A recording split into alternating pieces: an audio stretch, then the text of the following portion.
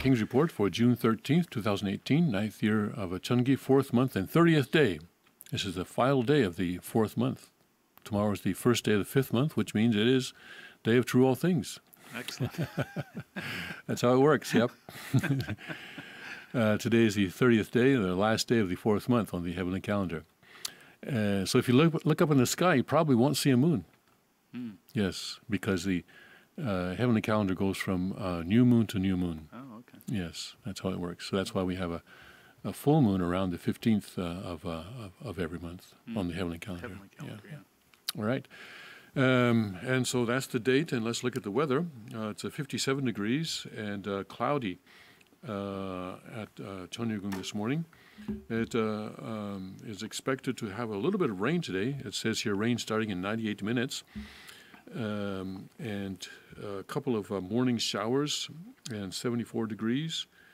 And the thunderstorm is now forecast to come early this evening, which I guess means around 6, 7, 8 o'clock, something like that.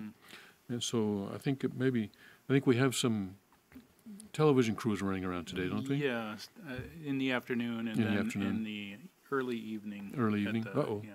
A thunderstorm. So that might be a problem. A thunderstorm early evening, it says. But that's out here in Newfoundland, right? No, this is for the Cheonryung. This is for the okay. palace. I'm looking at the palace weather, yes. Because, I mean, we all want to know what the weather's like where the king is, right? Exactly. Okay, so anyway, afternoon should be all right, I think. Yeah, I think so. But we'll see. But anyway, might add to the drama. Yeah, might add to the drama. Yes, going up to 74 degrees. A forecast today. Tomorrow 77, and it will. So tomorrow's going to be a nice day. Sunshine, windy, less humid. So some wind, but a pretty nice day. And it would be nice because we're going on a nature walk tomorrow. Yeah, nature walk and a picnic by the waterfall. Yeah, it's a picnic by the waterfall. Everybody bringing their own lunch. Yes, bringing their own lunch. Yes. Brown bag it. Brown bag it, or put it in your tinfoil or whatever. And we're going to go to Shahola Falls, and it's always a wonderful experience to go walk in nature with the king, because he'll stop at each tree and tell us what this tree is and what it's good for, and how you can distinguish it from other trees. And you got this kind of pine, you got that kind of oak, and so also all sorts of things, and so and he's really looking forward to it. Yes, yeah. I am too. So bring your own lunch, maybe some goodies to share with others as well, and we'll have a really wonderful time, I expect, tomorrow after the ceremony. So attend the ceremony, all right? Don't just come for the walk. Attend the ceremony at 6 o'clock rehearsal, 7 o'clock ceremony, and then light breakfast, and then we go out to the nature walk. Yeah, and just for everybody's information, the king called last night and had a very urgent tone in his voice, excited and urgent, that there's a special message to be given this Sunday. So there's been a little bit of a change in plans. Well, it's a big change. Big change. Yes, not a little change. It's a big change. So ancestor liberation will be rescheduled for another day in the future. And so this Sunday we're having a regular Sunday service. Am I right? Yes. We're having a regular Sunday service this Sunday. We had originally planned to have ancestor liberation instead of, in place of the Sunday worship, but Father speaks. Yes, he wants to give a special message. The gospel needs to be proclaimed. Yes. So. Yes. This Sunday is going to be, I think, a very special Sunday service. For anybody listening, please come this Sunday. I think there's going to be a special treat. Yes. Reporters sometimes ask, how exactly does your father communicate with you? I've heard them ask that to the king. And actually, Father communicates with me as well, and not as often and not as urgently or clearly as with the king, but he communicates with everyone. He's working in the hearts of everyone throughout the world. Just like some people are listening, some people are not. That's one problem. Also, obviously with the king, because he is the central point of the providence on the earth, Father has more urgent messages and more important messages to give to him.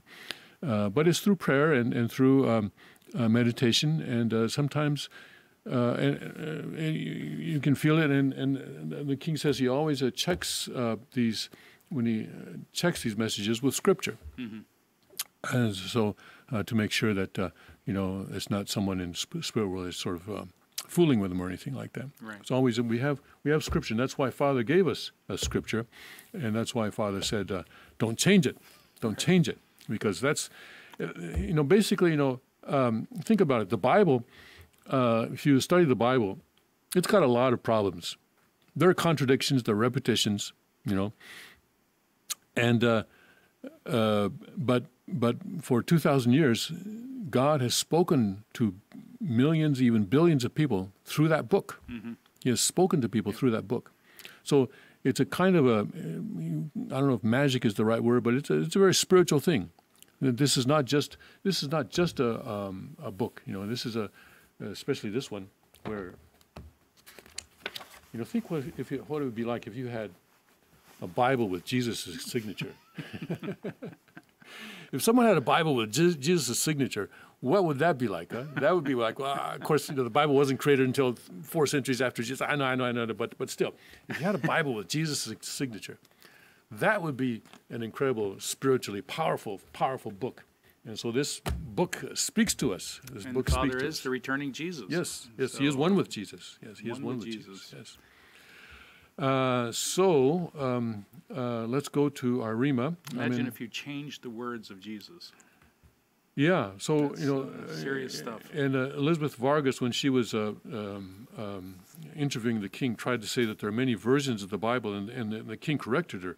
He said there are many translations of the Bible. Right? Yeah, there are many translations of the Bible, and you can have different translations because no translation is perfect, and you can have different people can prefer different translations, but you cannot have different versions of this. So anyway, I'm in Judges chapter 6, 23. Sometimes we get a Rhema and you sort of have to look at the context and who's talking to who and everything like that, but sometimes it's just God directly talking to you. So there's one particular verse, all right? And he just says this today. And the Lord said unto him, "Peace be unto thee, fear not, thou shalt not die." That's it. That was the Rhema that I received this morning. So I think that's especially important on this day, the day after the Singapore summit. Many people are very worried about it and what's going to happen and what happened there and what's going to happen and things like that. But God is just saying, hey, chill out. Don't worry about it. Don't worry about it, because He's in charge. I believe that He is in charge of what is going on on the Korean Peninsula right now, and that doesn't mean that there won't be sacrifice. But fear not, thou shalt not die, because the Bible, of course, talks about two kinds of death, right? The spiritual death and physical death. Jesus said, let the bury the dead. Let the dead bury the dead. So there are two kinds of death, spiritual death and physical death. But so it's important right now, I think, that we focus our attention on strengthening our relationship with Christ. And remember, Father is the Christ. So He's the Messiah, but He's not the Christ. No, it's the same thing. So, some people in Family Federation, when you tell them that Father is the Christ, they say, well, wait, Jesus is the Christ. How can Father be the Christ? Well, Christ equals Messiah, right? Just that one is Hebrew and one is Greek. That's the only difference. It's the same word. I mean, an apple is an apple, no matter what language you express it in, right? Ringo and apple and sagwa, they're all the same thing. It's the same fruit. So Christ equals Messiah. Father is the Christ. So just let's focus our attention on strengthening that relationship with Christ, because that is the relationship that will get us to heaven. As the King has often said, it's not about religion; it's about relationship. Yeah, and whether we're living in this physical world or the spiritual world, that remains the same. Our relationship with Christ is in this world, but also in the next world. Yes. So we should not fear. We should have our only thought should be, how can I attend Christ? How can I attend God? And whether we are living in this physical world or not, it doesn't matter. That does not change. Yes. I need you to talk a little bit longer because I'm trying to find this Cheonsonggyung Rhema. I've chosen in the Korean, but I need to find it in the English. It's book 4, True Families.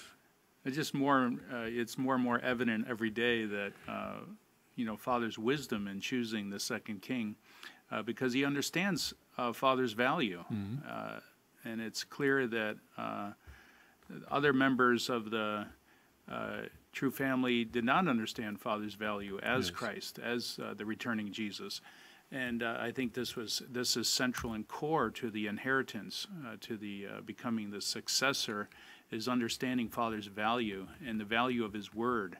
The sacredness of Father's Word is something that needs, like Tim was saying, he needs to be valued and cherished. Every word is precious. So the king understands this, and every day he uplifts Father, he gives testimony to Father, and honors his Father. And this is the true meaning of filial piety, not to honor desecration or heresy, but to honor the living Christ. And I'd like to let the tech team know that I'm on page 433 of the electronic version of Cheonsonggyung. Some time ago, or a few days ago, in the American press, we had a story about the parents who sued their 30-year-old son to evict him from their home. That's a real couch potato right there. Well, he had a child even, right? He had a child. I don't know if he had a wife, but anyway, he had a child. What's that, a dreamer child inside the home? What do you call that? Like that entitles him to live in the home if he has a child in the home. Oh, I see. I don't know. Anchor baby? Anchor baby, that's it. I don't know what this is. But, of course, the Father has taught us that 3 generations should live under one roof. And then, of course, in American society as well, that used to be the case. Right. I think prior to the Industrial Revolution, when America originally was an agrarian country. Even people who were running for president or were president owned their own farms. George Washington, Thomas Jefferson had large farms, of course, and even, almost everybody was a farmer. Almost everybody was a farmer, yes. Over 98% of the American population were farmers. So at that time, I think 3 generations did live under one roof. And that was kind of the norm. Yep. And a family settled in a particular place, and they worked a farm, and you needed that because 2 old people living alone couldn't really get along very well. I mean, they couldn't create their own food, stuff like that. So they needed to have their children stay at home so as to work the farm. And people had large families. People had large families, yeah. Of course, that because of the Industrial Revolution, and now we have the nuclear family. We had the nuclear family. Now we don't even have that. We have people living alone, not getting married at all. But Father has encouraged us to go back to that spirit of the 3 generations under one roof. And here in Cheonsonggyung, this is the section titled, "The Reason 3 Generations Must Coexist in the Family." And he says, "I'm proposing that the grandfather, grandmother, mother-in-law, father-in-law, sister-in-law, and grandchildren all live together. Living together with God, the 3 generations of formation, growth, and completion will settle down. You can love God only when you know how to love your grandfather, not just your father and mother. You will love God only when you love your grandfather more than your father and mother. So why is the husband indispensable? Why are the parents indispensable? Why are the sons and daughters indispensable? It is because only when you have all the members of the family can you attend God. The principle says that you need to have parents and you need to have sons and daughters. You need parents, next a married couple, and then a baby. Why is all this necessary? It is only logical that we need parents, a spouse, and a children in order to form a relationship with God." So it's a relationship, right? You should know clearly why you need parents, a spouse, and children. You have to know this. To form a relationship with someone, sometimes I must go below the other person. Sometimes we're in the center. Sometimes I must go above the other person. And sometimes we're on the same level with each other. In other words, I must form relationships in all 4 directions. Even in the case of a grandson, when he relates to his grandfather with love, the grandfather will say, "Oh, good, very good." So the Unification Church has been working hard to make such families the standard, focusing on original love in order to establish the original world. It is amazing that this is finally being taught throughout the religious world. Reminds me of what the king was saying about the Hutcherson family. He visited the Hutchersons on his trip to Georgia and back this time.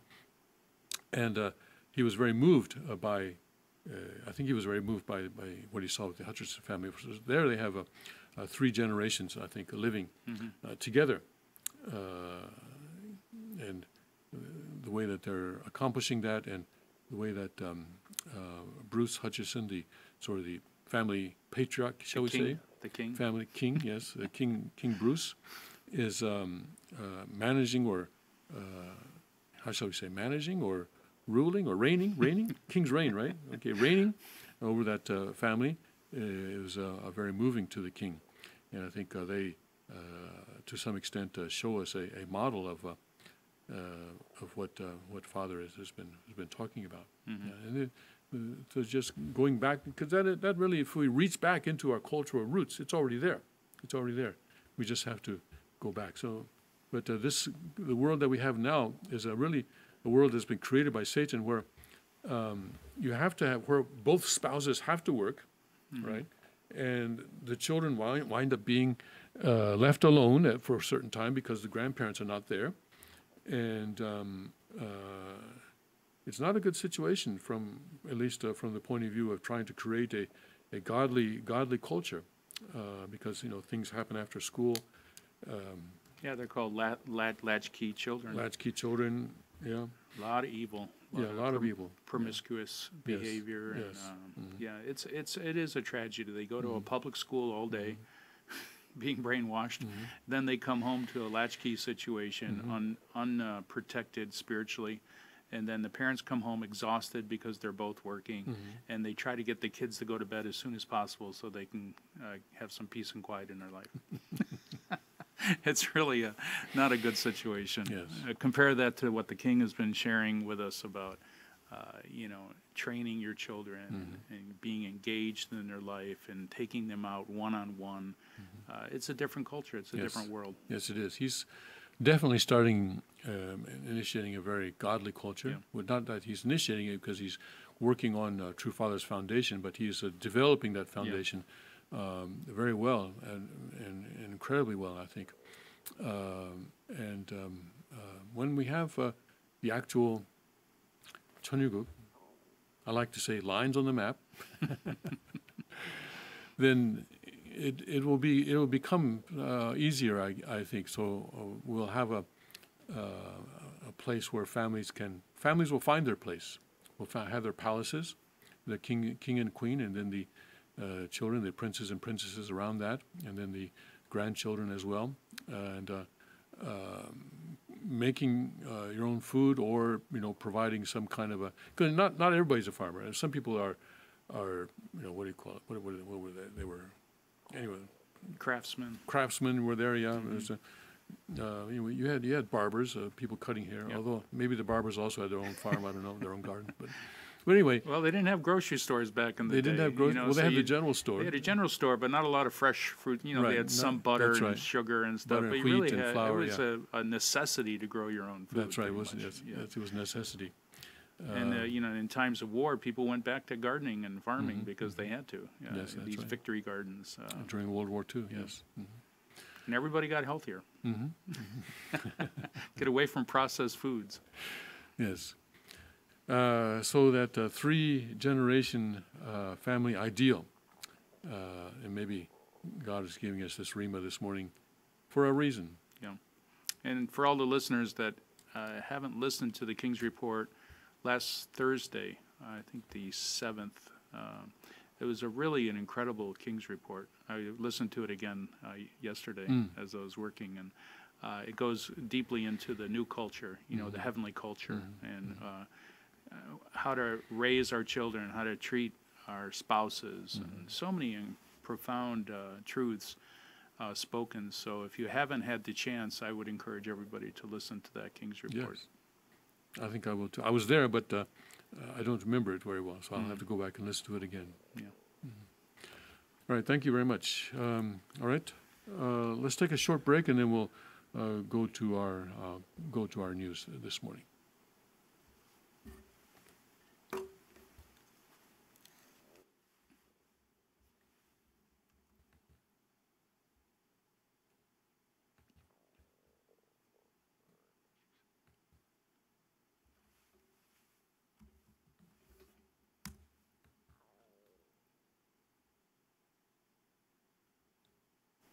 Car Arms, Magnum Research, and Auto Ordnance.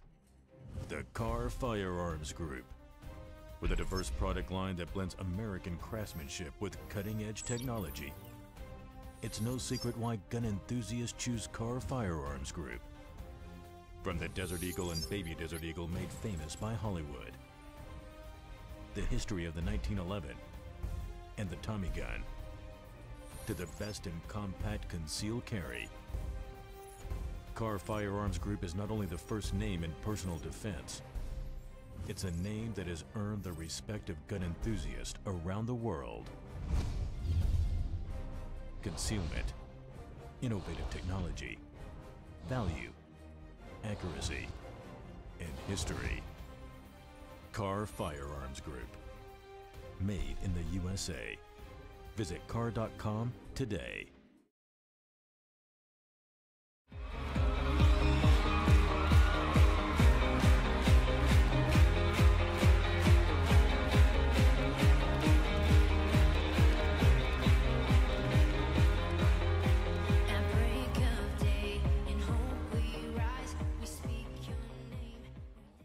And welcome back to the King's Report for Wednesday, June 13th, 2018.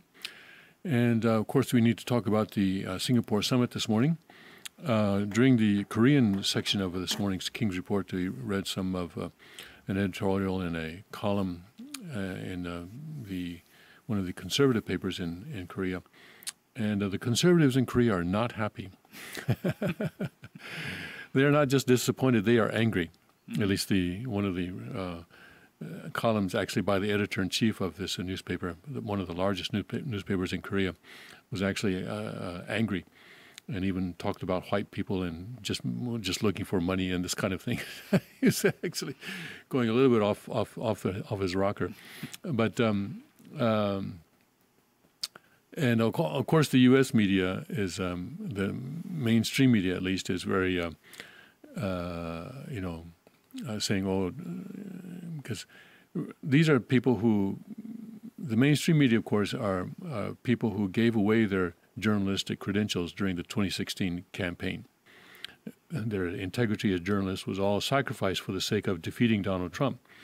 And they still have not regained that journalistic integrity. And so they, of course, are looking for any way to pull down Trump. I mean, after the 2016 campaign, they did their best to make sure that Hillary won. They failed, and so then they are now their story now is that, well, it's Russia's fault. We would have won. Hillary would have won except for Russia, and so Trump is illegitimate. That is the line that they've been pushing for the past year and a half, almost 2 years now, and of course nothing has come up to back that up, but they still continue to push it. So, of course, no matter what happened in Singapore, they're going to be negative. They're going to find some way to use it to pull Trump down, however they can. And so they're saying, oh, he gave away the store. Oh, he has ruined everything and everything like that.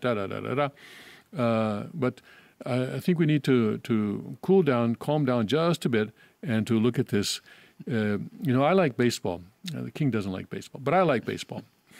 It's okay for you to like It's baseball. Okay for me to like baseball, yes, because I'm my own individual truth body, all right? You're a king. I'm a king, yes. I like baseball. When I was especially when I was in, latter part of elementary school, early part of middle school, I went to a stationery store and bought this actual scorebook, where you, little squares, and if the guy goes to first base, you draw a line between, like that. And when I was supposed to be doing my homework, I was listening to baseball on the radio, and I was keeping score with this, Anyway, so I've always liked baseball. And so I'm rambling again. I'm sorry. But in the baseball, if you don't win the game in the first inning, right? Mm-hmm. You can't say, okay, we didn't win the game in the first inning, we might as well go home. You don't say that. So it's a process, it's a process. And see, that's the good thing about baseball. You don't win in one inning. So of course football is the same, but you don't win in one quarter either. But it's a process. So I think you need to cool down just a bit. right now in the baseball. They want to fire the coach. Well, at least they didn't have a brawl in Singapore. You know, they didn't have a fist fight. They didn't have a fist fight. That's kinda good. Trump didn't walk out. I don't know if that's good or bad, but yeah, neither I guess one from of the them conservatives walked out. in Korea, it's a shame that he didn't walk out. Or Well, so they're comparing it to the six-party talks. They say, well, the joint statement that came out this time doesn't even measure up to the six-party talks. But I point out to them, the six-party talks failed. The purpose of the six-party talks was to stop North Korea's nuclear program. It failed. miserably. All right. So why are we comparing the joint statement to something that failed? All right. Trump came out and said, "I'm not going to make the same errors as before. I'm going to try a totally new approach," and he's doing that. Yeah. So let's chill a bit. And I think I've noticed something about President Trump's negotiating style.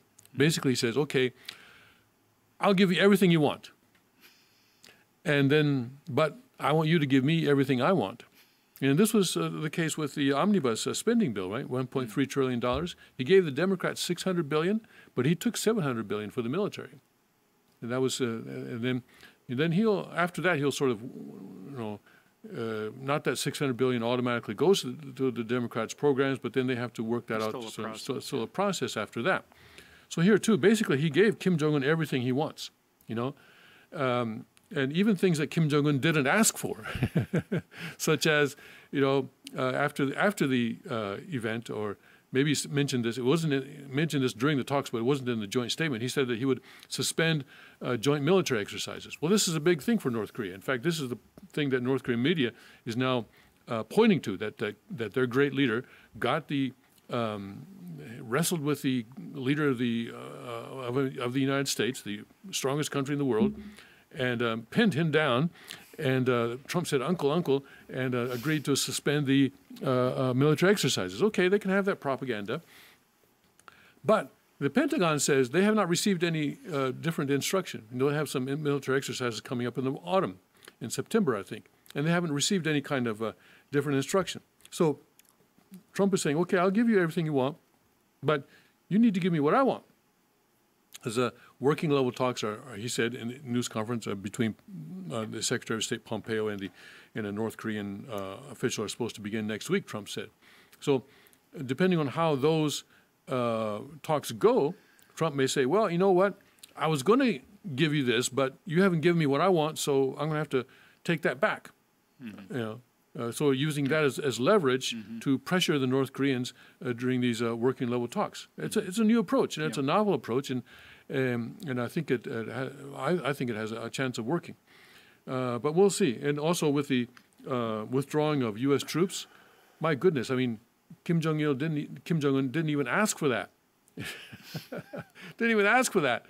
But Trump says, "Well, it's not part of the equation now, but it certainly could be." It's sort of this is the first time a United States president has even mentioned the possibility of withdrawing U.S. troops. And of course, characterizing the joint military exercises as provocative, which is actually taking a word out of the North Korean script, is also a big nod for North Korea.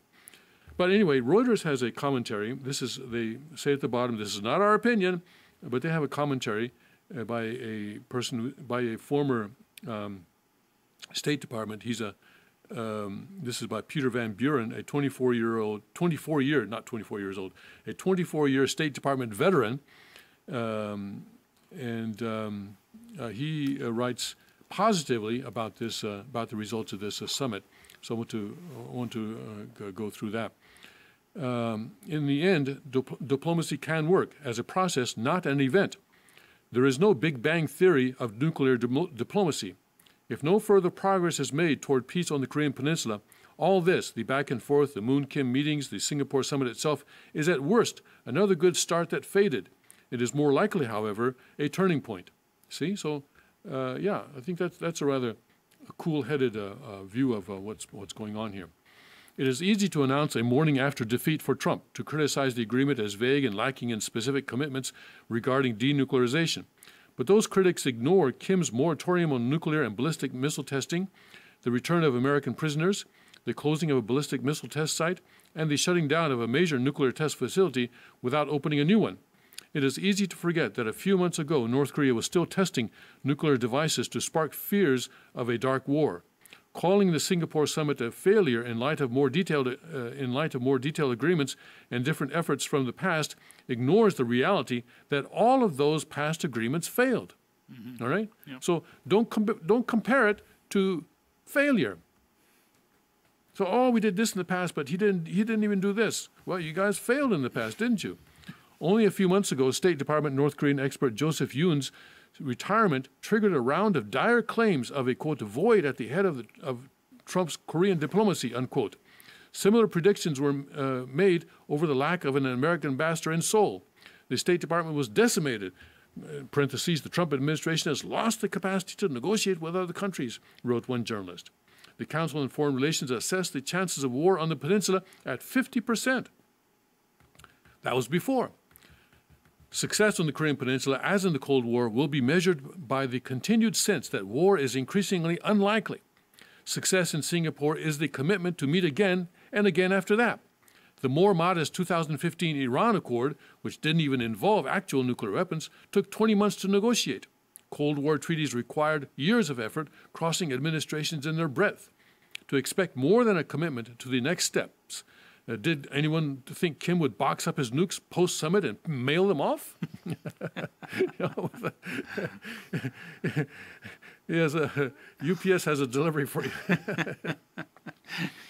And they could be delivered by air. To expect, at the head of a missile, yes. To expect more than a commitment to the next steps is ahistorical. Did none of those complaining ever go on a first date? Well, that's a little bit foreign to our culture, but anyways. Singapore also signals it is time to abandon now disproven tropes. Trump and Kim are not madmen at their times, Trump and Kim are not madmen, and their at times bellicose rhetoric is just that. Both men will need to balance conciliatory steps forward with rougher gestures directed at domestic hardline audiences. So there will be tweets and setbacks. But the idea this is a North Korean ruse is worn thin. Quote, small countries confronting big countries seldom bluff, unquote, one history of the Cuban Missile Crisis explained. Quote, they can't afford to, unquote. The pieces for progress are in place if they can be manipulated well, including a North Korea with a young, Western-educated, multilingual leader, perhaps envisioning himself as his nation's Deng Xiaoping, the man who will bring the future to his isolated nation while preserving its sovereignty. Deng Xiaoping was the supreme leader of China who came up with this idea of why don't we do away with socialist economics and bring in capitalist economics, but keep the one-party dictatorship system. And it is, at least for the time, it has succeeded in bringing a few hundred million people in China out of poverty, although, many hundreds more millions of people in China are still in poverty, and their human rights are being abused, and they're still being killed, opposition being killed, because it is a one-party dictatorship. But you can see how Kim Jong-un might think of himself in that way. But as I said before, it's a tightrope. When you're a dictator, it's best to keep your people poor, because if you start making them rich, all kinds of problems come up. They start thinking they can rule themselves, for crying out loud. Well, like I say, China has shown some success in that area. They've been able to keep a stronghold on their people. But they spend a lot of energy and a lot of resources on that stronghold. That's true. They have to maintain this huge internet surveillance, but also this censorship, keeping all these foreign ideas out of the country. But anyway, we'll see how that works for China in the long run. Next year is their 70th anniversary. Right. Isn't it this year or is it next year? Next year is China. This year is Korea. North okay. Korea, yes. I see. Yes. Well. Yes. Wow. We'll changes see. are coming. Yes, Father said communism cannot go past 70 years. The king said quite clearly, Father was in the Singapore. Yes, that's right. The Singapore summit. That's right. That's where he was. That's right. And he was there. Miracles can happen. Yes. let's continue with the Reuters. The pieces for progress are in place if they can be manipulated well, including in North Korea with a young, we did that already. We got as far as Deng Xiaoping, the man who will bring future to isolated nation while preserving its sovereignty. We quote, "We have decided to leave the past behind," unquote, Kim said as he and Trump signed their joint statement. This is a momentum in Pyongyang, a restless and growing consumerist middle class living in a parallel semi-market economy fueled by dollars, Chinese currency, and increasing access to foreign media. Couple that with an American president willing to break the established rules for working or not working with North Korea. A careful look shows the glass is more than half full. We had, during the Korean segment, we had the president of World Peace and Unification Sanctuary Korea here today, and he was saying that just before he came here, he their organization was a joint sponsor of a seminar where a former North Korean diplomat appeared. He defected together with his family just a few years ago, and he was saying that in North Korea, $1, one paper dollar, has greater value than his monthly salary. And he said that, people are sending balloons with all sorts of propaganda or news from South Korea into North Korea. He says, you should send dollar bills.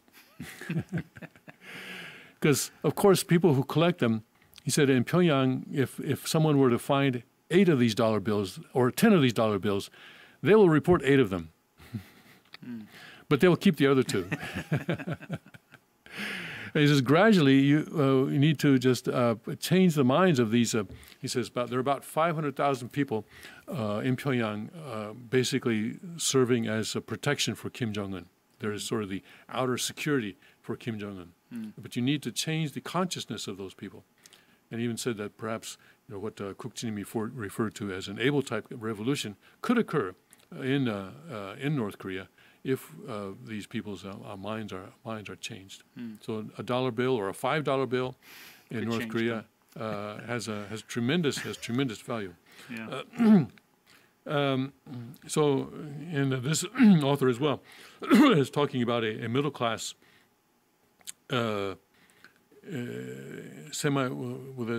semi-market economy fueled by dollars, Chinese currency, and increasing access to foreign media. Another important difference this time is the presence of South Korean President Moon Jae-in. He was a prime mover behind the notion of any summit at all, helping convince Washington North Korea is a uniquely top-down system and needs to be dealt with as such. This is a point that people have been trying to make to the American diplomatic establishment for many, many years. And we'll go on here because he talks about it. His April 27 meeting with Kim established the main negotiating points ahead of Singapore. After Trump's May 24 initial cancellation of the Singapore meeting, Moon shuttled between Washington and Panmunjom to get the process moving again. In the climate of constant bleating about war, this was skilled diplomacy played out on a very big stage. No nuclear negotiations in history have had such an interlocutor. Moon's continuing juggling of his roles, honest broker, fellow Korean nationalist with shared cultural, linguist, historical, and emotional ties, American ally, informal advisor to both Kim and Trump, is key to the next steps. Moon himself is the vehicle in place to resolve problems that in the past were deal breakers. What didn't happen in Singapore is also important. Trump did not give away the store. In fact, there is no store Trump could have given away. The United States agreed to suspend military exercises which have been strategically canceled in the past and which can be restarted at any time. The real deterrent is off peninsula anyway. B-2s flying from Missouri, the missile-armed subs forever hidden under the Pacific.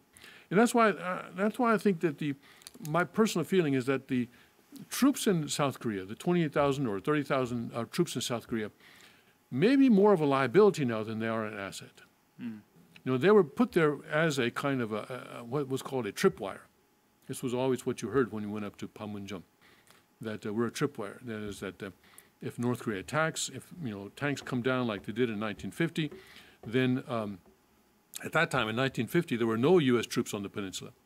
In 1949, the U.S. withdrew all of its troops from the Korean Peninsula, and so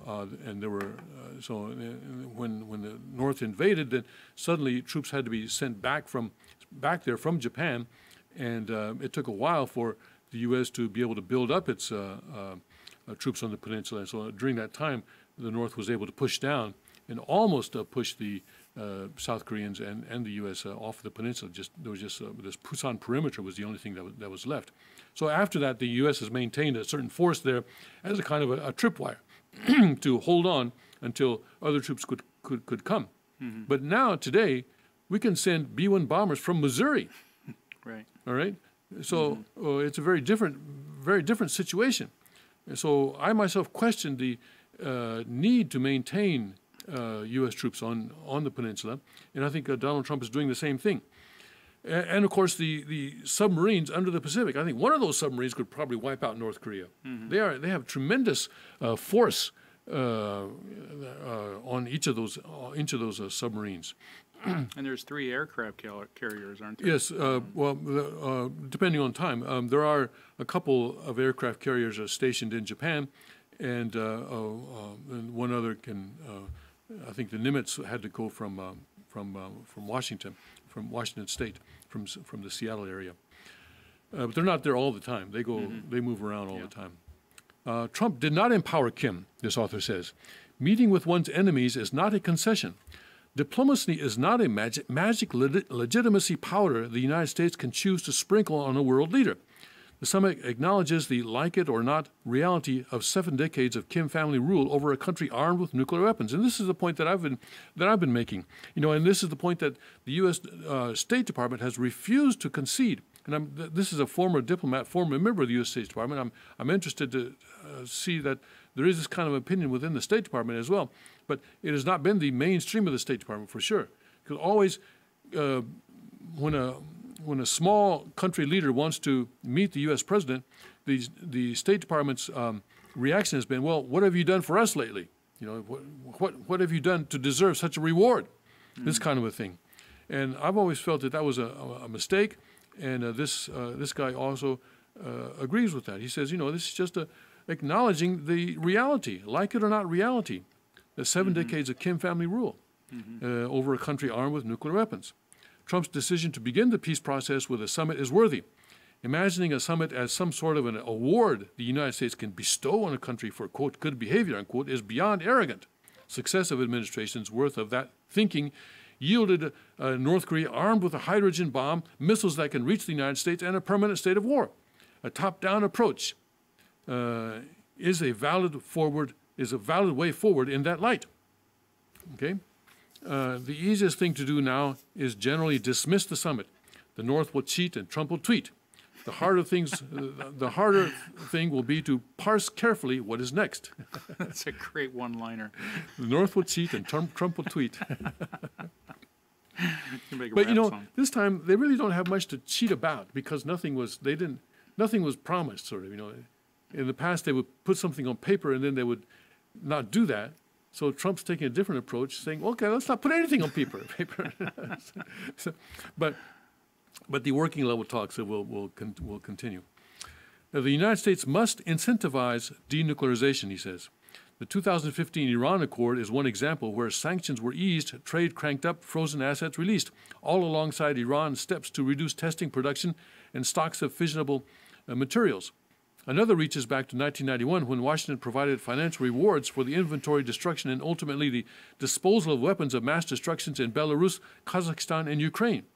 New jobs for the out-of-work nuclear scientists, too, to keep them from selling their skills elsewhere, although some did go to North Korea. Quite a few, I would say. Yeah. But more than anything, Trump must convince Kim to trust him, particularly in light of Iraq, Libya, and especially Iran, because the core ask here is extraordinary. Only one nation in history, that self-developed nuclear weapons, the white minority government in South Africa, ever fully gave them up. And that was only after the apartheid regime was about to disappear into history. If Trump followed advice from the left, he would have stayed home like past presidents.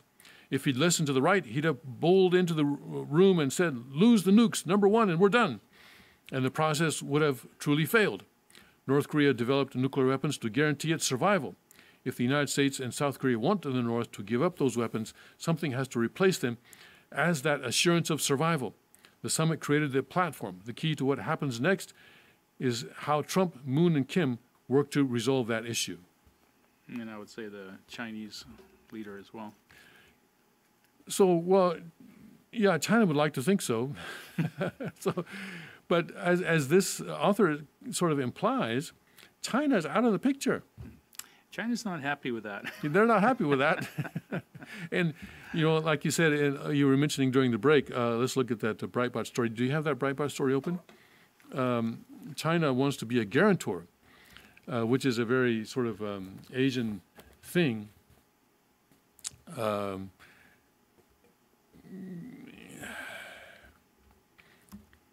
Here it is. Oops, looks like it's, where did it go? Yeah, it's China. China pushes for guarantor role in North Korean talks. China is looking to assert a more prominent role as guarantor of anticipated symbolic deals after negotiations between U.S. President Donald Trump and North Korean dictator Kim Jong-un began in Singapore on Tuesday. Yeah, so they're a little upset. They feel like they've been left out a little bit. Yeah, there was one leftist journalist who wrote that China is the big winner from this summit, but that's not at all the case. I don't think China would agree with that at all. No. They're very worried right now that, because, you know, for the past century and a half, 4 countries, U.S., China, Russia, and Japan, have all been sort of fighting each other over who controls the Korean Peninsula. You know, a couple of wars were fought over that, and, well, actually 3, including the Korean War. Right now, until now, China thought it had a guaranteed stronghold in the north. But all of a sudden, it's not the case. And Reverend Lee was pointing out that actually Kim Jong-un personally prefers the United States over China. You know, because remember, he went to school in Switzerland. Yeah. He likes the NBA, you know. With I think he likes the music, the Hollywood. He likes music, yeah, the Hollywood, yeah. He's a Netflix kind of guy. Yeah, he's a Netflix kind of guy. He's not into these Chinese historical dramas. So, and I think he speaks, because he was educated in Switzerland, I assume he speaks some English, perhaps German as well. This previous article described him as multilingual. Yeah, and actually his mother is Japanese. Oh, really? Yes, or she's, or at least she ethnically may not be Japanese, but she grew up in Japan, I think. Oh, okay. Yeah, she was at least a Korean. I'm not sure if she's Korean Japanese or actually Japanese. But anyway, so he's kind of he's a dictator and he's a murderer, right? He's killed. Right. He's killed thousands of people, and he's, you know, fed his uncle to the dogs. I mean, literally fed him to the dogs, put him in a room with rabid, hungry dogs. So he's a psychopath, but he likes the NBA. So he would rather, you know, God could actually team up with America than China. Yeah, I mean, he even though he is this savage, it still could be a situation where he could open the door. Yes. To a more open and free society. Yes. Possibly. Yes. I don't think he's Gorbachev. Yeah, I was just thinking of Gorbachev. I don't think he's Gorbachev. You know, Gorbachev, I think, actually thought that he could reform the communist system. I think he believed in the integrity of the fundamental integrity of the communist system, and so he tried to reform it, and it collapsed on him. Yeah. I don't think Kim Jong-un is Gorbachev. I don't think he has good intentions. I think he really does basically just want to survive at the head of a one-party dictatorship that is centered on him. You think he wants to bring greater prosperity to North Korea? So,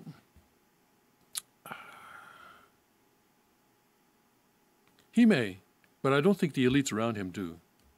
I don't know. I'm not sure. I've never met the guy. You know, I mean, Trump showed him this video. Right, the Miami Beach video. Where, you know, giving him 2 possibilities apparently. I still haven't watched the video, but one where, you know, North Korea has beachfront condos and everything that were filmed in Miami Beach. Filmed in Miami Beach, maybe the ones that Trump built. And the other ones, he is a real estate guy. And the other possibility where, you know, things go wrong, things go sort of a kind of a dystopian future. The dual prophecy. Dual prophecy, yes. So, you know, but Kim Jong-un can look at China, but I don't know. If I were a dictator, I would not want my people to be rich. Because, like to say, when people get rich, they want things. They want more. You got to keep them poor. I mean, slaves, you got to keep slaves poor, right? If you're a slave owner, that's kind of slave owners 101. But I think he cares about his global image. And he might be trying to sparkle that a little bit. And he might be delusional to think that he can bring great prosperity into North Korea and at the same time maintain an iron fist rule over because the people love him. Yeah. Yes. Yeah, he could be delusional like that. Yes, he could be. Because everywhere he goes, people are going crazy.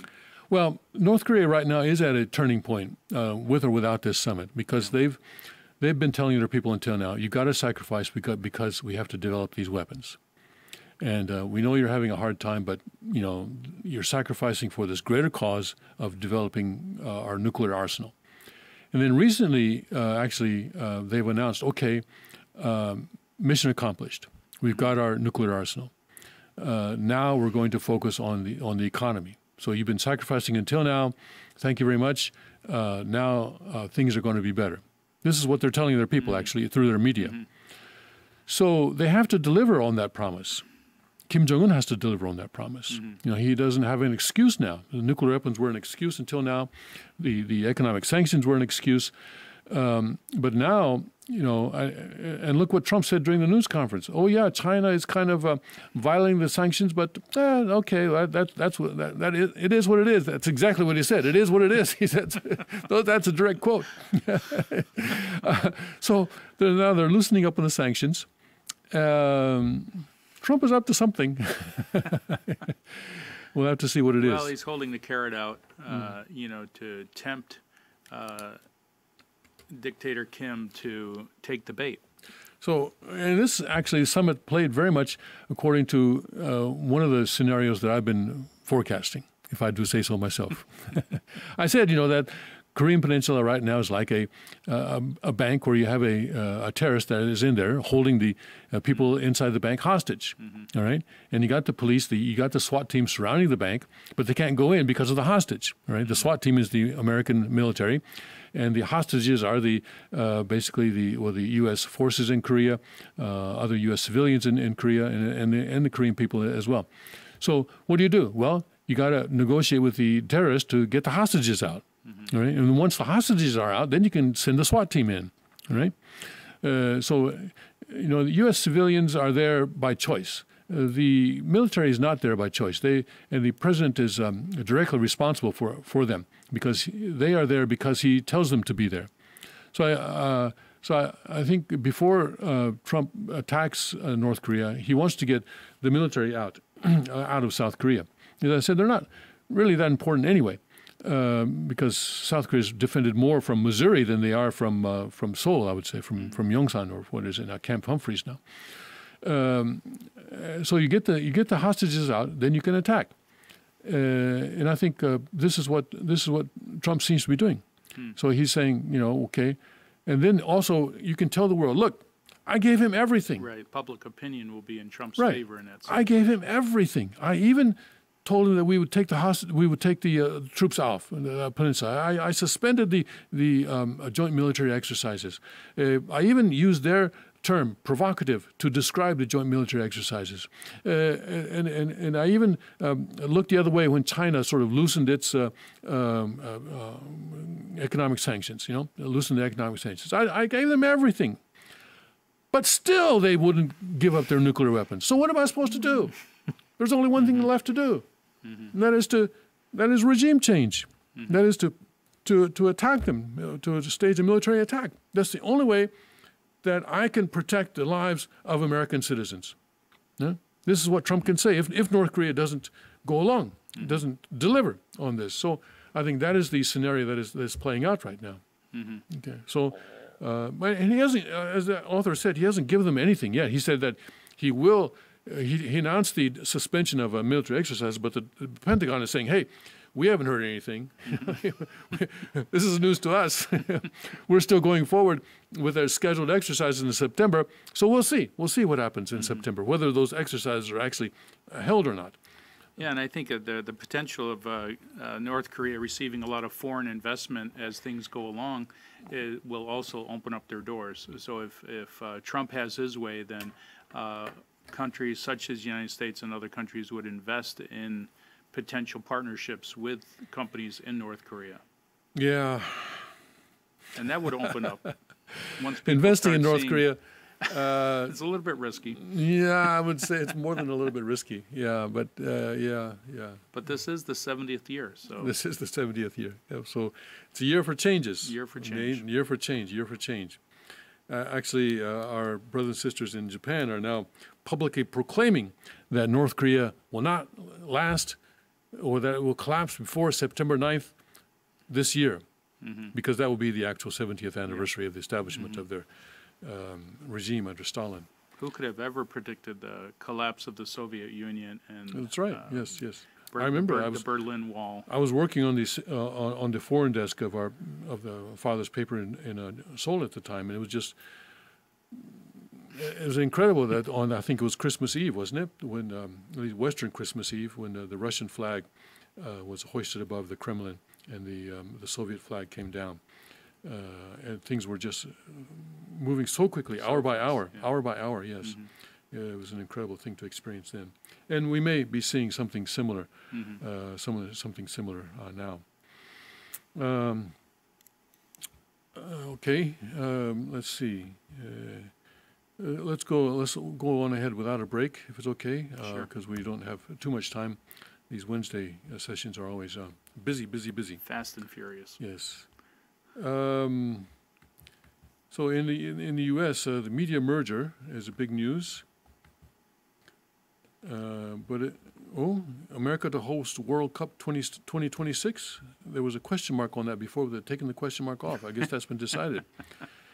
I don't think it's been FIFA decided is one of the most corrupt organizations. FIFA, of course, is the world sort of football/soccer association, and they're extremely corrupt. But I guess they're bringing their game to the U.S. in 2026.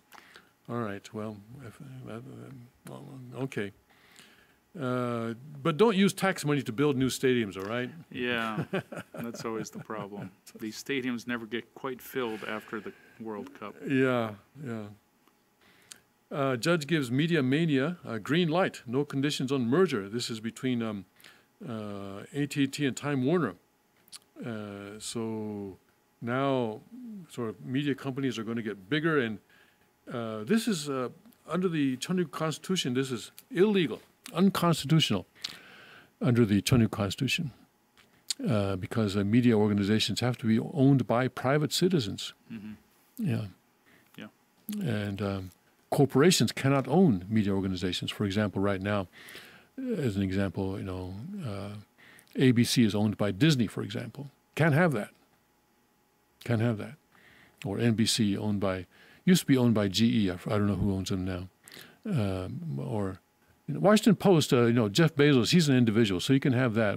But Jeff Bezos, of course, made his money in collusion with the government. So Jeff Bezos probably wouldn't be as rich. He wouldn't be subsidized $1.46 for every package that Amazon sends out. So he won't be as rich as he would be. He won't be as rich under Cheonryu as he is now. But just the fact that we know the owner, we Yes. can now make a decision to boycott his various business enterprises. Yes. Whereas with these other corporations, you don't know who you're fighting against. And then Los Angeles mansion shoots for record $135 million. Plan to split California into 3. Earn spot on the November ballot. Yeah.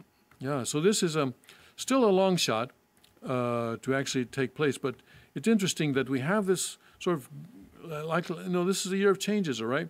And we have this growing sort of feeling that things are pulling apart. Things are pulling apart. And of course, California, right, in its history has gone through a number of attempts to divide, secede, things like that. So Well, they have a map. yeah. It's an interesting map. It's an interesting map. Yeah. Have you seen it before? Yes, I have. Yeah. And they say that they say that 2 of the 3 will be likely Democratic, and the other will be a swing state. I think the Southern California would be a swing state, I think they're saying. Or is it?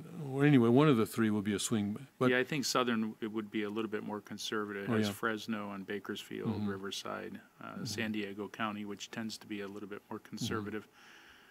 The North would have San Francisco, Sacramento. Yeah. And then the sort of the California proper would have Monterey, Los Angeles. But it's interesting that these people now are talking about 3, because in the past, or since about the middle of the 19th century or so, always or usually you would the Senate. This has to be approved by the Senate, by the U.S. Senate, even if it this passes, still has to be approved by the state legislature, both houses, and then it has to go to the Senate. And the Senate is always careful to see who's this going to benefit, Republicans or Democrats. And one reason Puerto Rico has had trouble becoming a state is that the Republicans assume that this is going to be 2 more Democratic senators if it becomes a state, and they don't want that. But here you have 3. In other words, this would increase the number of U.S. states from 50 to 52 if California goes from 1 to 3. And if the Republicans feel pretty good that they're going to at least get one of the 2 new states, then they might actually agree. Now, this was the reason why Hawaii and Alaska were admitted at the same time. And apparently at that time, it was thought that Hawaii would be the Republican and Alaska would be Democratic. Actually, in reality, it's been reversed. Hawaii is strongly Democratic now, and Alaska is strongly Republican. But always there's this calculation, who's going to benefit? And so I think that's the reasoning behind having sort of not just dividing it in half, but dividing it into 3. I see. Yeah, so I think that's the calculation. But anyway, it's a very, very long shot. But who knows? Who knows? Well, it's creating the discussion that states can actually decide whether they want to be divided or not. Yes. And I think in the future of the creation of the Changyulguk Nation or state, that will be an important precursor for that discussion. Who knows? What do you think? Who knows? Yes. I mean, it's got to happen. So at least people can say, oh, well, I guess states can decide if they want to redefine the state lines. That will happen in Pennsylvania. Could. Yes. I would think it would have to. If it could. That would. If California succeeds, then yes, this kind of a thing will happen in many states. And New York is another state. Pennsylvania certainly. Illinois perhaps. Other states as well. Yeah. In other words, not complete secession from the Union, but then the next step after that would be complete secession, wouldn't it? Yeah, and that would be something. Yeah. Because after the Civil War, basically the door has been closed on that. But who knows? Who knows? Who knows? Yeah. We don't know what's going to happen here. That's exciting. Every day is exciting. Every day is exciting. Yes. Okay. So watching California. And Californians like to say that California is the future for the nation. Well, we'll see. Report, Michael Cohen expects to be arrested soon, et cetera, et cetera. Let's just go through some of the important headlines here. Let's see. Politicians fear for safety as threats skyrocket. Well, the left has been building this atmosphere of violence. Oh, my goodness. 113 politicians have been murdered in Mexico since September. It's just an extraordinarily dangerous thing to do, is to run for office in Mexico. Let's see. Anticipation builds for report on FBI's Clinton probe. Yep, there you go. Lock her up. And food stamp enrollment, lowest in 8 years. Yeah, we've had those stories once a month now. And U.S. Brexit mess rolls on. They had a vote in Parliament, apparently, and we'll see. We'll see what happens next March. We'll see what happens. More than half of millennials expect to be millionaires. Okay. Good luck with that. Of course, by the time you're millionaires, $1 million probably won't be worth anything. Let's see. big news that the Deerfield, Illinois Yes, case was shot down. yes. That the Second Amendment Second Foundation, Amendment, was able to defeat that. Right. Are you looking at that on I'm Breitbart? trying to find, yeah, it's on Breitbart, but Okay. I can't find it right now. But yeah, it's Okay, while you're doing that, let's see. 55 illegals found in tractor-trailer in Texas. Beyonce and Jay-Z tickets given away for free. The stars struggle to fill seats. Okay. Judge Trouble affair after... Judge Trouble after affair with cop who testified in murder case she presided over. Okay. Social gangland weaponized platforms fan violence. 70% of conflicts stem from online exchanges. Wow. Let's see. Pentagon is now going to store DNA or store data on DNA, human DNA.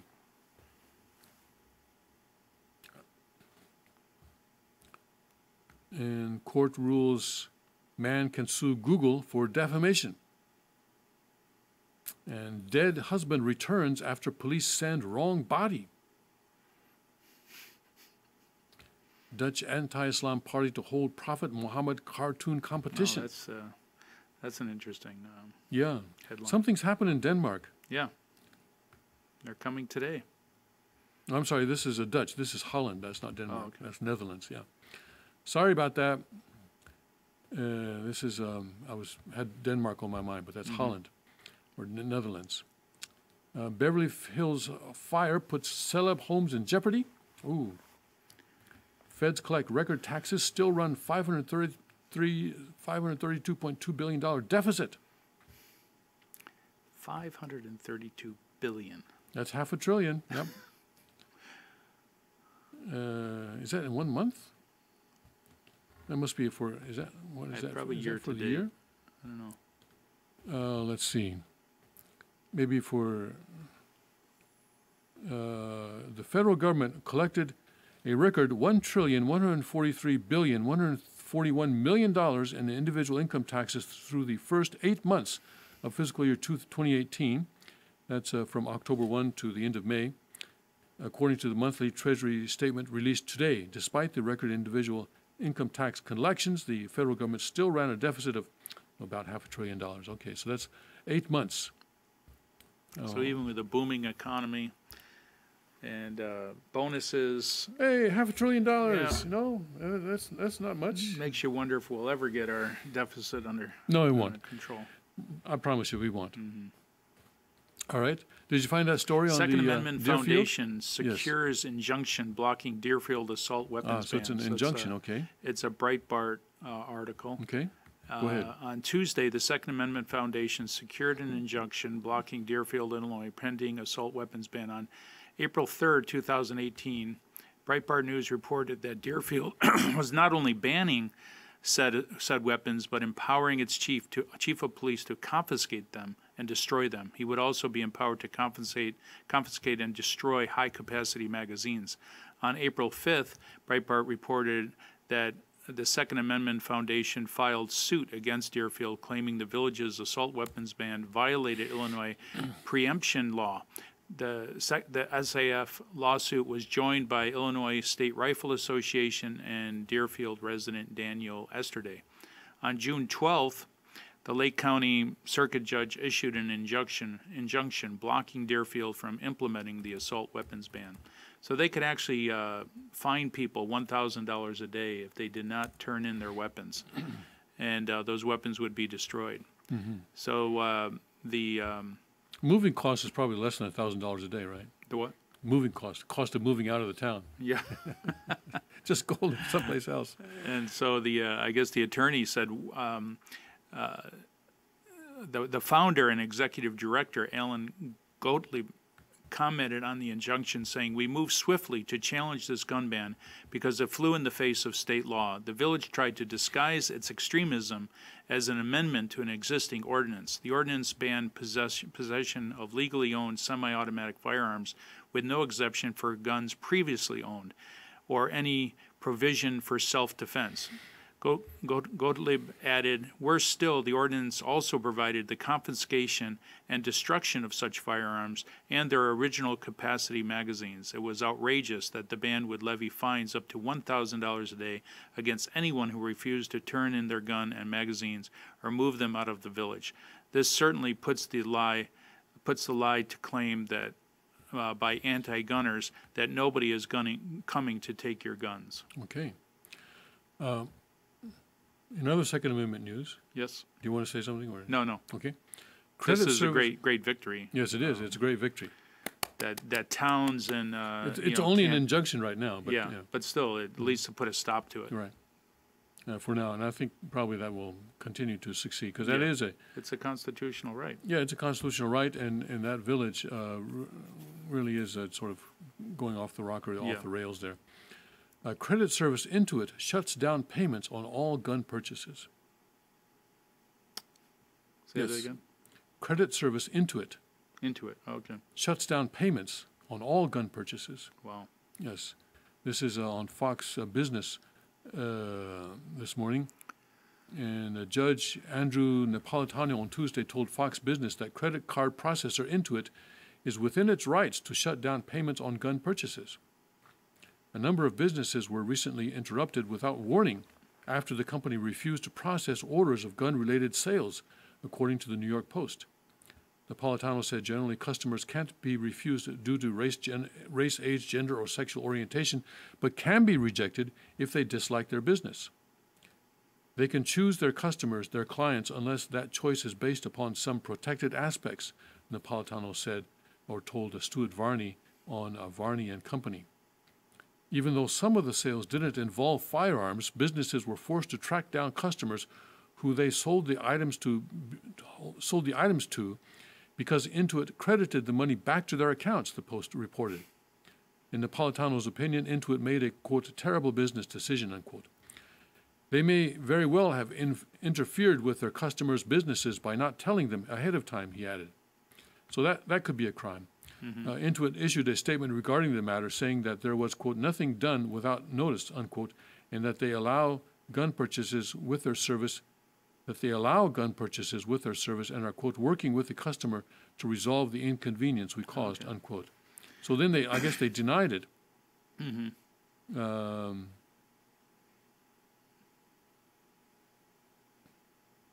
And also Intuit is responding. That response was added to the article later on. But I guess something's going on with Intuit. They say that, well, I guess they're denying it, aren't they? Yeah, they're... Okay. So maybe it's not official. Maybe it's maybe this was something else. Okay. Could have been a glitch. Yeah, could have been a glitch, yeah. When I read that before the program this morning, we didn't have Intuit's response. All right. Seems like a lot of big news about Trump mania. Trump mania, yes. A lot of candidates running on the Trump agenda are doing quite well. Quite well, yes. Primary night big for MAGA candidates. Never Trump Mark Sanford rejected by voters. Katie Arrington wins GOP nominations for the 1st District of South Carolina. Let's see, what else do we have with respect to yesterday's primary elections? McMaster. Pro-Trump Corey Stewart defeats Koch candidate in Virginia Senate race. Danny Tarkanian wins GOP nomination for Nevada Congressional District 3. South Carolina Governor McMaster forced into a runoff. So, yeah, what's this blue wave we were talking about? Is it a blue ripple now? I don't know. Trump seems to be pretty strong. Yeah, yep. He's more popular than Ronald Reagan was or Obama at this time in their presidency. Well, it's pretty close. I checked the Rasmussen Daily poll, and it's kind of neck and neck. Kind of neck and neck, yeah. But listening to mainstream news, you would never think that. That's right. You would never think that. But yeah. Good thing people don't listen to that anymore.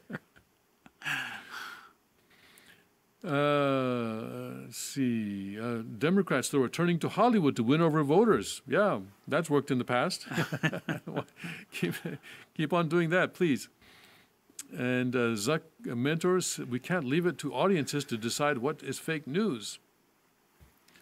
But the good thing about this, going into the midterms, if Donald is popular among the majority of Americans, then you're on first name basis with him now. Yeah, we're on a first name basis. Yeah, that gives him the freedom to tweet and to endorse candidates all across the country, and that will probably help in the midterm elections.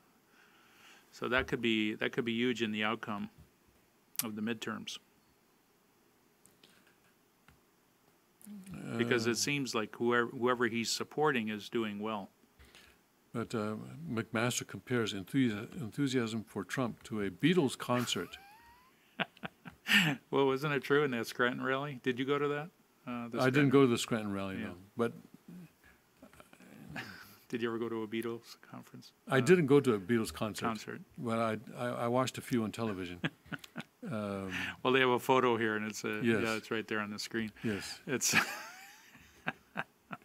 You had to be there. These ladies are all grown up now. They're what? They were in their around 20 years old. They're probably 70 years old now. They're probably embarrassed by this. South Carolina Governor Henry McMaster, the first statewide elected official anywhere in America to endorse Donald Trump for president, joined Sirius XM's Breitbart News Daily on Tuesday, the day of his primary election, to keep the office to which he was appointed after Nikki Haley joined the administration last year. McMaster spoke to Breitbart News editor-in-chief Alex Marlow about his efforts to fend off a challenge from Never Trump-linked former South Carolina Department of Health and Education Control Director Catherine Templeton, and about his recent presidential Twitter endorsement. McMaster related that he wasn't a bit surprised at the tweet, as President Trump had formally endorsed him for re-election back in October. Of course, I've been to the White House to see him a number of times to talk about business for South Carolina, but last time I was up there about 3 weeks ago, he said he was going to do a tweet for me, so that was it. I think he's going to be one of the best presidents we've ever had. I think people are starting to realize that, McMaster said, returning Trump's praise. When he was lieutenant governor in 2016, McMaster's decision to buck his own governor, Nikki Haley, and endorse Trump in pivotal South Carolina primary helped end Jeb Bush's candidacy and secure Trump's role as a Republican frontrunner. When Trump later appointed Haley to the UN ambassadorship, McMaster automatically assumed her office, making 2018 McMaster's first gubernatorial campaign. Alex, I've got to tell you, I've never seen such enthusiasm with anybody, McMaster told Marlow about his travels around South Carolina on the campaign trail with Trump, as the Trump rally phenomenon began to take hold. With one exception, years ago I went to a Beatles concert in Seattle, Washington. That was, I would suspect, many years ago, when I was in college, and that's about the closest thing I've seen to the enthusiasm for President Donald Trump. So what's this about him being forced into a runoff now? If he was Trump was so clearly for him,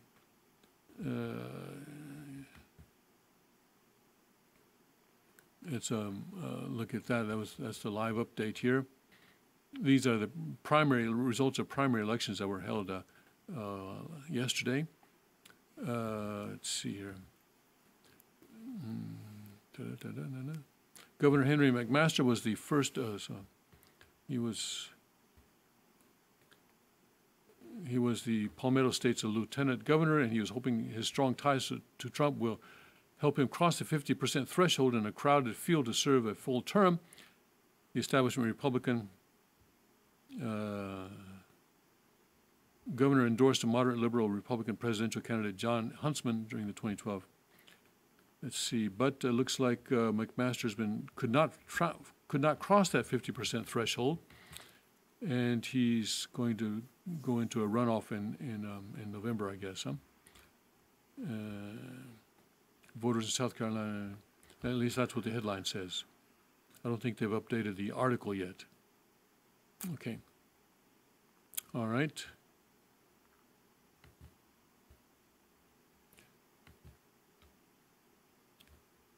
We have 5 minutes left. Anything else you'd like to say this morning, Greg? Let's see.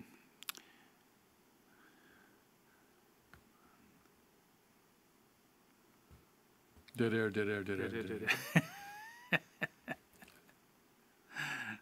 Nevada's most famous pimp wins the primary election. Nevada. I thought they were going to change that into Sun City. Sin City to Sun City. How's that? I don't know. How's that going? How's that going?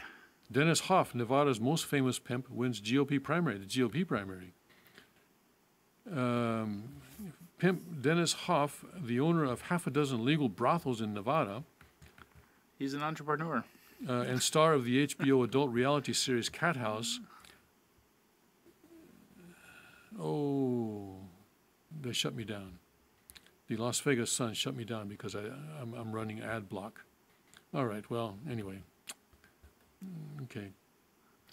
Go someplace else. Moving on. Musk is not doing well. Okay. Thousands laid off at Tesla.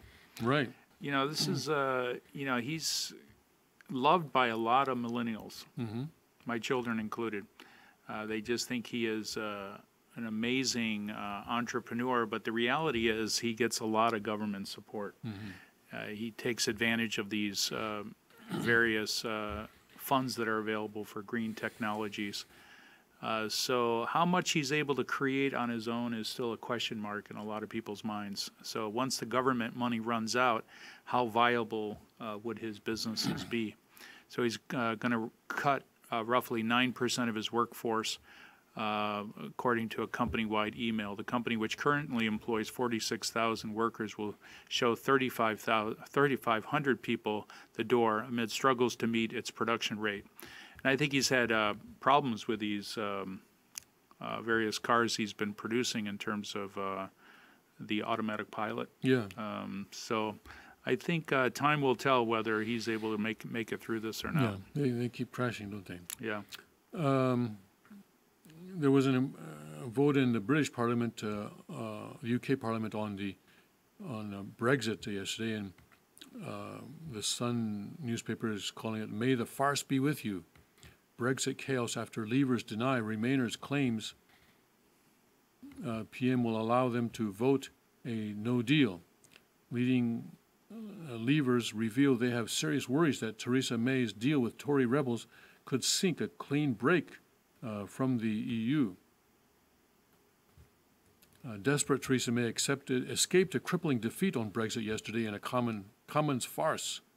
The PM came through a crucial vote only after pro-EU Tories forced her to agree to boost Remainer MPs' power over negotiations with Brussels. But amid chaos last night, Leavers flatly denied Remainers' claims that Mrs. May had allowed them to veto any no-deal walkaway. Senior Brexiteers insisted that the PM had told them the exact opposite just minutes later and had promised the rebels nothing but a discussion. Number 10, that's the Prime Minister's office, faced massive pressure to clear up the confusion. A senior Brexiteer the government told the Sun, if Theresa has sold us out here, she is in real trouble. There is no way she can recover if she has effed us over. Yeah, I'm not sure how Brexit is going to work out. I guess they'll have to pay some kind of lip service to the referendum, where the majority of people who voted on the referendum in UK voted in favor of leaving the EU. They'll probably have to have some sort of lip service to that, but I don't know how much more of that. The tariff union or the tariffs, the one market, or the freedom of movement, all these issues are coming out. That's kind of like a U.S. state trying to secede. Even if it were legal, even if the Supreme Court allowed it, it would be much more difficult to do today than it was in the 19th century, in the first half of the 19th century, because there's so many economic ties. Federal government really keeps its hold on the states through the money that it sends out. Like Obama said, okay, if you don't allow boys and girls to share the same bathroom, then we're going to cut off the funds to your schools. Right. This is the way that Obama tried to enact that thing. So, in a way, the federal government in the United States has become dictatorial in that way. It's sort of a lot of strings attached. A lot of strings. So, if a state were to try to secede, then cutting those strings would be very difficult. Basically, when when the South seceded back in the 1860s, you had Fort Sumter and you had a few other sort of federal Coast Guard stations, basically. They were no military bases, but Coast Guard stations that had to be dealt with. But it was still a primarily agrarian society, so it was, a lot easier to deal with this kind of thing. But the logistics today would be a nightmare. As we can see with Brexit, too, I think the logistics are going to be a nightmare. But we'll see what happens. We'll see what comes out of this. Something will come out of it, but what, we don't know. But there seems to be a trend, trend towards separation and pulling away. Sovereignty, independence. Sovereignty at the local level. Sovereignty against at the local globalist level. agenda. Yes, yes. And George Soros is saying, everything is going wrong. Congratulations, He's George. got some tricks up his sleeve, Yeah, I'm sure. I'm sure. Well, he's got a lot of smart people working with him, trying to figure out how to make things go right again. But I don't know what's going to happen. Yeah, Trump seems to be leading a charge towards greater sovereignty and against a globalism. As we'll see how it works out. We have to pray that it works out well, and that God's will will be done. He has to continue to be humble to God. Yes. And give credit where credit is due. Yes. And eventually support the king. Yes, connect with the second king. Yes, that needs to happen. Yeah. All right, we've come to the end of our time this morning. Thank you very much for joining us. And tomorrow is a day of true all things. And as we announced at the beginning of this show, the Sunday Ancestor Liberation will be rescheduled for a later date, and we will have a regular Sunday service this coming Sunday. The King has a special message to deliver to us. So we will look forward to that. And we will tell you about the rescheduled date for the Ancestor Liberation as soon as it is decided. At this present time, there is no specific date. But it will happen. So continue sending in your forms because it will certainly happen. All right, thank you very much, and God bless, Godspeed, and may His kingdom come.